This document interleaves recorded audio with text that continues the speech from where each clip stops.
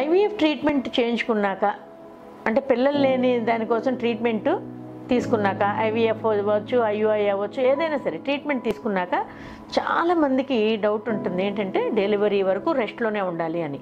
అట్లా ఏమి కాదండి, డెలివరీ వరకు రెస్ట్లో ఉండాల్సిన అవసరం లేదు. యూజువల్గా ఏంటంటే మేము పర్వాలేదమ్మా చిన్న పనులు చేసుకోండి అని చెప్పామనుకోండి, అంటే ఊడ్చుకోండి, ఇల్లు ఊడ్చుకోండి, కుక్కర్ పెట్టుకోండి అని చెప్తే ఒంగును బట్టలు ఉతికేస్తూ ఉంటారు, బట్టలు జాడిచ్చేస్తూ ఉంటారు, లేదంటే కూర్చుని ఇల్లు తుడిచేస్తూ ఉంటారు, అంట్లతో వేసి సర్దేసుకుంటూ ఉంటారు. అంటే రొటీన్గా ఆడవాళ్ళకి కావాల్సిన పనులన్నీ కూడా ఇప్పుడున్న వర్కర్స్ వీళ్ళు కూడా మనకి కరెక్ట్గా ఉండట్లేదు కాబట్టి ఏదో ఒక పని చేయాల్సి వస్తుంది. అలా కాకుండా అమ్మ వాళ్ళు, అత్తయ్య వాళ్ళు, కొంతమంది పేషెంట్స్ ఏంటంటే అమ్మ వాళ్ళకి అత్తయ్య వాళ్ళకి చెప్పరు, కానీ నేను ఆ సలహా ఇవ్వట్లేదు. కంపల్సరీ మీ పెద్దవాళ్ళకి చెప్పండి, ఎందుకంటే వాళ్ళు మీకు ఇచ్చే సపోర్ట్ చాలా అవసరం. అన్నిటికీ మా హస్బెండ్ చూస్తారు లేకపోతే వర్కర్ చూస్తుంది అనేది కాదు, వాళ్ళు ఇచ్చే ఆ యొక్క కంపేషన్, అంటే ఒక ఎలా ఉంటుందంటే ప్రేమ, ఆప్యాయత అనేది మీకు చాలా చాలా అవసరం. ఎలాంటి పరిస్థితుల్లో స్ట్రెస్ అనేది ఉండకూడదు. మీ హస్బెండ్ మీకు చేస్తా 4 రోజులు చేసి అప్పుడు ఇదేం గోలే బాబు ఎప్పుడు రోజంతా నాకు పని చేయడమే సరిపోతుంది అన్నారనుకోండి, మీరు వెంటనే ఫీల్ అవుతారు, అయ్యయ్యో ఆయన ఇబ్బంది పెడుతున్నాను నాకు వచ్చిన ఈ ప్రాబ్లం వల్ల అని. అలా ఏం లేదు.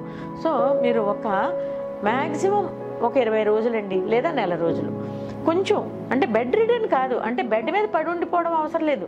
మీరు చక్కగా కూర్చోవచ్చు, కుర్చీలో కూర్చోవచ్చు, మీరు నమ్మిన దేవుడికి భగవంతుడికి ప్రేయర్ చేసుకోవచ్చు, నార్మల్గానే లెట్రిన్కి అది వెళ్ళొచ్చు.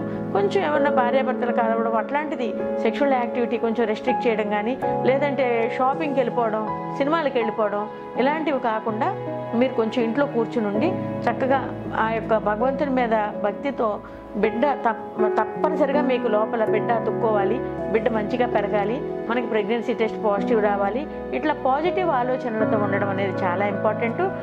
కొన్ని అనుకూలమైనవి మంచిగా తీసుకుంటూ ఆహార వ్యవహారాల్లో కూడా కొన్ని అనుకూలం లేని ఆహార పదార్థాలను వదిలేసి మీరు ఒక నెల రోజులు జాగ్రత్తగా ఉంటే చాలు. ఒకవేళ ట్విన్ ప్రెగ్నెన్సీ లాంటివి ఏమన్నా వచ్చిందనుకోండి, లేదు ఏదైనా బ్లీడింగ్ లాంటిది కనిపించింది అనుకోండి, అప్పుడు మేము 2 నెలల వరకు రెస్ట్ చెప్పొచ్చు. తర్వాత 3వ నెల నుంచి మీ యాక్టివిటీ మీరు మీ జాబ్కి అది వెళ్ళొచ్చు.